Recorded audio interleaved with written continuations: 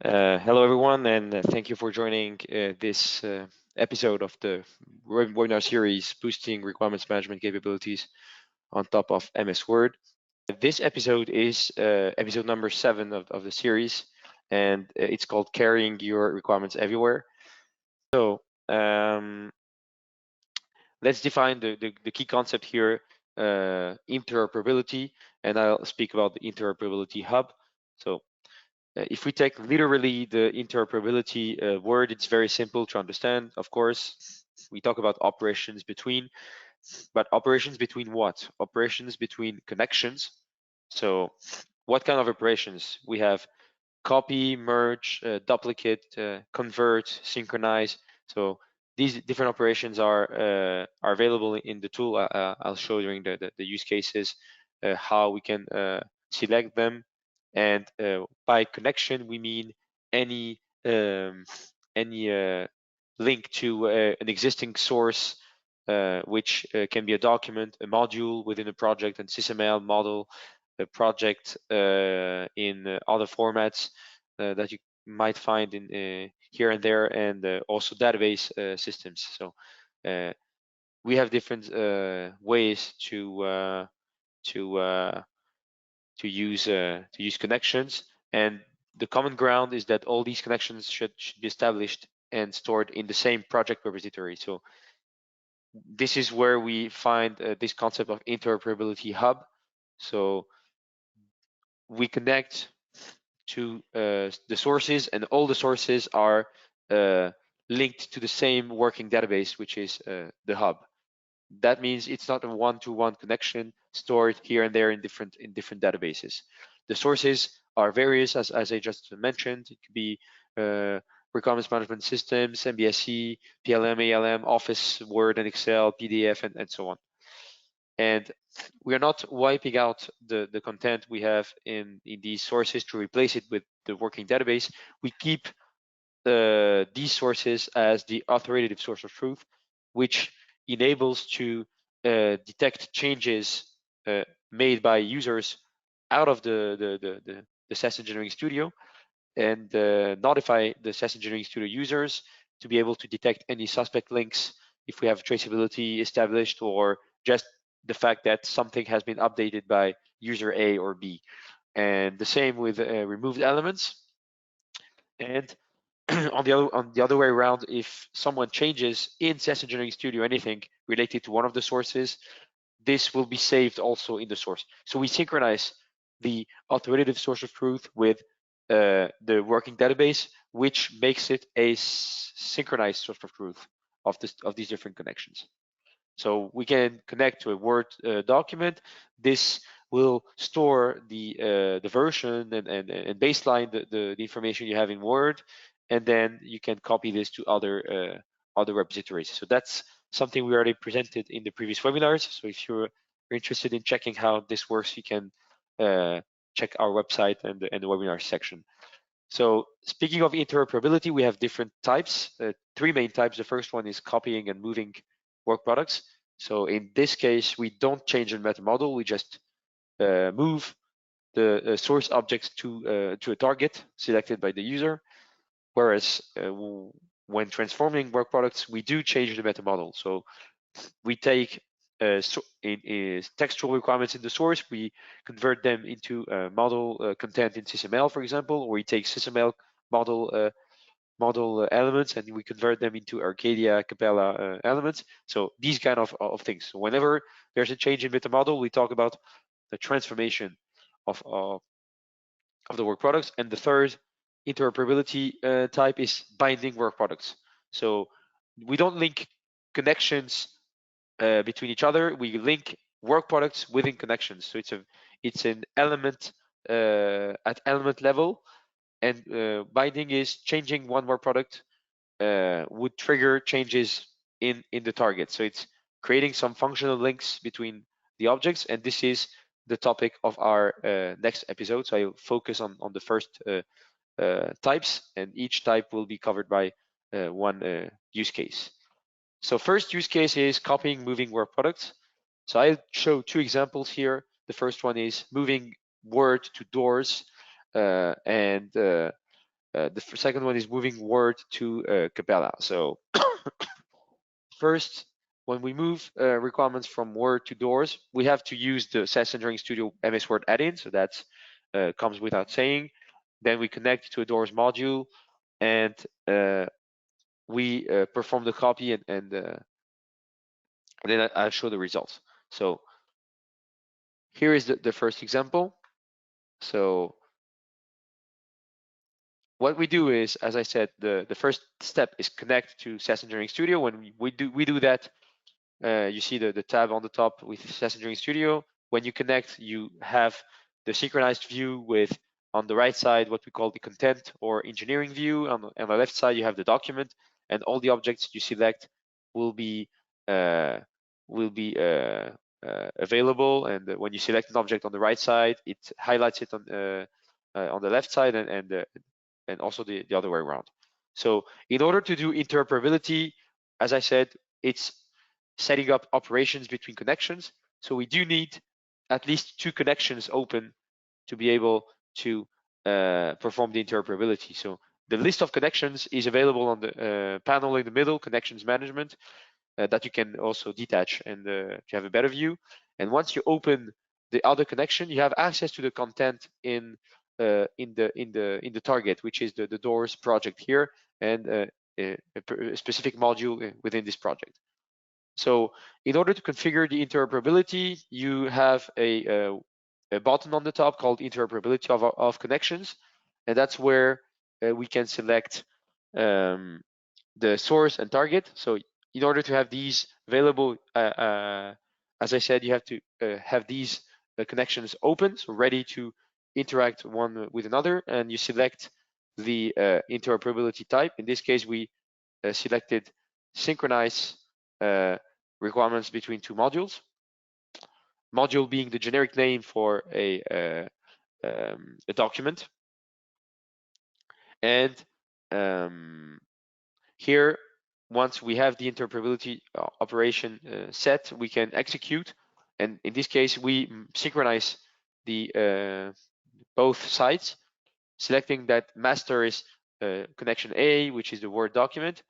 And this brings us to a window in which we see the source objects on the left side, and the suggestion, since the target is empty, is to create the objects on the other side. So if we can create only part of the objects on the other side, so we can select for each object the action we would like to perform. And after that, we can, once we have this copied, so you have a log window showing you that it's finished successfully. And if you navigate to the target, you can see that the objects are generated. You can see that because first we didn't have anything at the beginning, and you see the status here, which is new. It's just some facts about these 2 columns. The first column is the status in the source. So since we haven't saved yet, it's new to the source. And it's also new to the repository because at that time we didn't save. So the objective is always to have both these columns in the loaded state, which we can see, for example, on the right side. That means that at this moment you have everything synchronized. So if you decide to save, what we're doing here is 2 things. We propagate the changes, so the information we just generated, to the source, and we also save a copy, a backup, let's say, in the working database of SES Engineering Studio. So if we connect the doors, we can see that we have the objects created. The ID is following the rule of the ID management in doors, which is it's unique, and we always take the next one available. So we don't change this. The tool is adapting to the feature of the target source. So here what we are doing is creating a new requirement, and we changed the previous one from 2 PLT plates to 4 PLT plates, just to show how this is being identified by in SES. So that's something we already showed in the previous episode. the fact that we can detect changes coming from outside. So that's the first thing. As you can see here, we see that overall the module has been updated, and more specifically, these two objects, one is updated and one is new. As we showed in previous webinars, you can show the changes, revert to a previous version, etc. And here, what we are going to do is first save, because as I said, that's always what we want to do, to synchronize both worlds, and we'll perform the interoperability, but this time selecting in the synchronization setup that master is connection B, so the doors module. And then the tool is going to suggest, based on the previous operation, that we have to update the item on site 2 using master, which is now the doors module. And since this new requirement is not on the other side, we have as a suggestion to create it on in the Word document. So always keeping the same number of elements on both sides, since it's a synchronization. And once we do that, we can navigate to the content on the other side, and we see that we have this updated object corresponding to the one that we modified in doors, and the new element. And again, we have two colors here, the source status and the repository status. So, and as I said again, the objective is to save this information to be able to synchronize. I'll do the same with a Capella model, just to show that this approach is not something that is limited to one tool. The approach is the same, so I'm not going to explain in detail the process of synchronizing and so on. I just speed up a little bit to show how we generate the content. So I connected to a Capella model. You see that we can navigate through the project architecture in the model as if we were in the model here. And while connecting, actually the model is open in the background to be able to interact with the model and create content in it. So that's what will be shown later. So we synchronize, we see the synchronization view, we create the items, and then once we do that, we get the log window that I showed here. We briefly saw it, and then we see the content generated. We save the content back to the source, and at the same time we save it in the database. So it's showed here in this dialog box, and then we can go to the model that is open in the background, because the API uses the model in real time to write information down in Capella, and you see the elements are being generated. And after that, you can enhance your experience in Capella by using this requirement you just got from Word, and with a little help of our RAT authoring tool, you can even generate the links to the model just using the the NLP to identify the model element. So I'm showing here an example with this requirement and how the tool is capable of generating these links. So if you have more questions about this this tool here, we have also some webinars presenting in detail how it works. So you see the links are being generated, and this means it's synchronizing the content. If I change the name of the component here, I get this change also on the requirement side. And last example here that I will be showing in the use case number 2 is transforming work products. So in this case, this is just illustrating what I'll be showing. So the ability to transform text into a model content in SysML using a let's say a bridge we call SRL, so semantic representation language. And in this video, I will use again my Word document, the same I've been using in the previous examples. And the only thing that will change is the operation. So first thing, you see that we are within Word, SES is not connected. And once we connect to SES Engineering Studio, we get to see the synchronized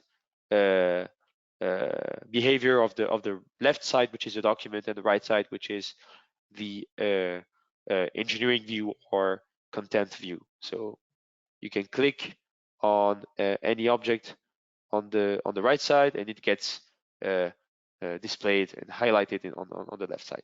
So something we already saw previously. And by connecting to SES Engineering Studio, you open the connection to the Word document, of course. And then to do the interoperability, you have to open another connection. So that's what we're going to do. It's a model, so same as for the previous example with Capella. You do display the model architecture elements. You see that here we only have a model empty, an empty model that is awaiting the content to be copied. In this case, the copy will be a little bit more advanced because we're not just copying requirements as requirements and storing them in the model. We're going to generate the relationships in the model, the model content, using the information in the requirement. So here it's called a transformation, not just a basic operation. And the same way you can execute the operation using the button execute on the top, or using the menu as we did in the previous examples. If we want to generate traces between the textual requirements and the model content generated by the tool, we can also enable this option. Here I'll focus on creating the content. So here you see that post-combat mode in this input text has generated a state in the model, and same for this sentence, part of the sentence shall transit to the end mode, which creates the state end in the state machine. So I get to show that just after, and you see the information generated for each of the input requirements. And you see that now the model is updated. You can detach the window to have a better view. You see that we have created some components with the association relation, and in the temperature warrior, so it's the name of the main system, and we see here the transitions created and the different states. So if we allow saving the content here, we save the window layout, the view. We save the content in the source, and we save the content in the repository. So this time we're creating content in the model. You can go to the model, navigate the same we did before with Capella. You see the elements are just here. The state machine is ready to be generated, so we can use this information here to generate the state machine, and we can get to see the state machine created. So in this case, we can see that we have this generated, and of course, if we bring any change to this state machine in the future, the tool will be able to notify you about the change. So I don't know if you have any questions after this couple of examples.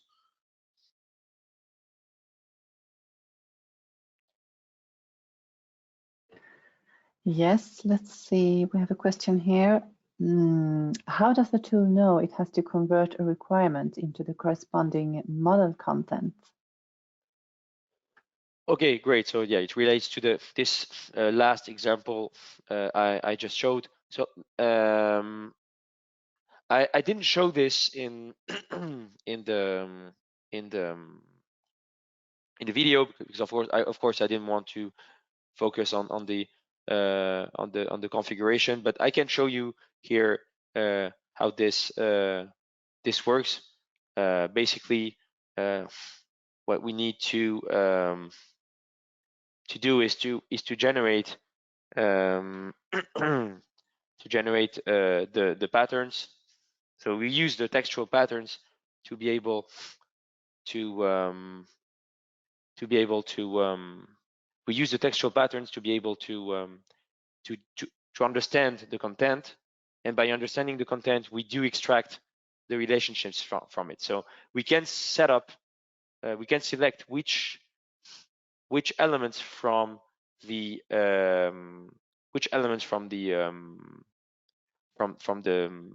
text we would like to identify, and this is made by at the moment you configure the connection to the Word document. So the first time you connect to the Word document, you try to connect, the tool is going to ask you how to parse the document, and also in the moment you configure this connection, it's also going to ask you about the patterns you would like to use. So the patterns are a feature which is very important for the NLP to understand the meaning, and in this case I used two transformation patterns.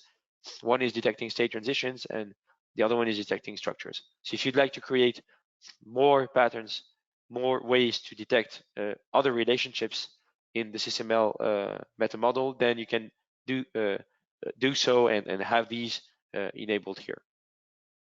So I hope this answers the question. Okay, thank you. Can we filter the requirements to copy only part of the content to another tool?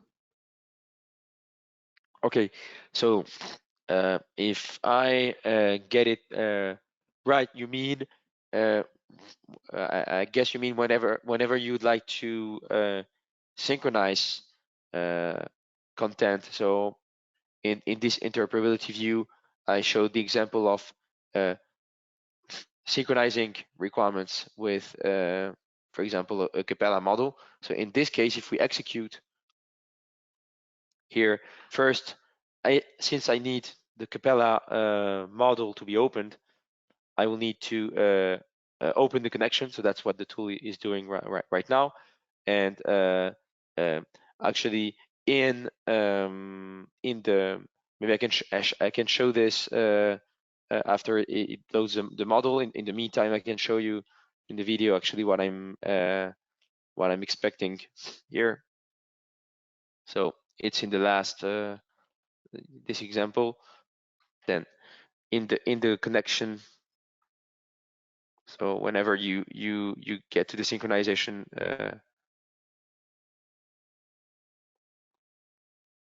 yeah, here you can choose here using the columns. You can filter the columns you would like to display based on any keyword or any ID or anything that enables you to filter the elements, and then you can select in the actions which ones you would like to create. That would be the way you would filter the information. So if I show it live here, this would look like that. So if we get to the synchronization window,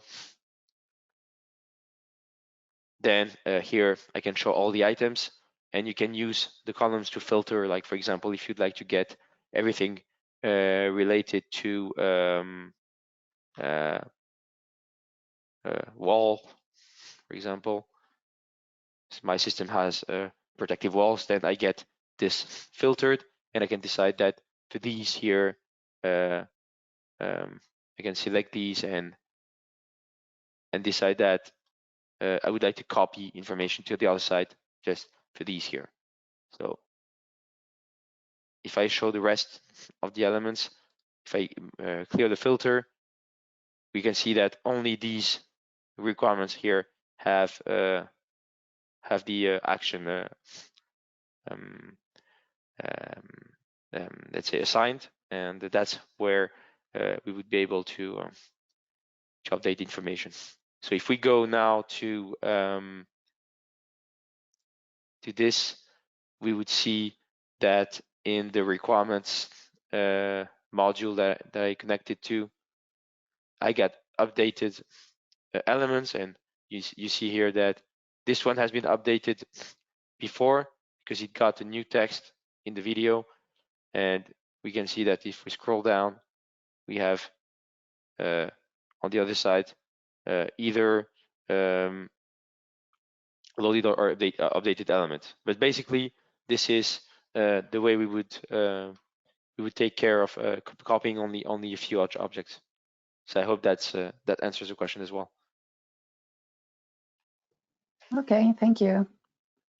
And that's all. No more questions. Great. So just before we get to end the the webinar, I would like to remind you about the next episode, which is episode number 8.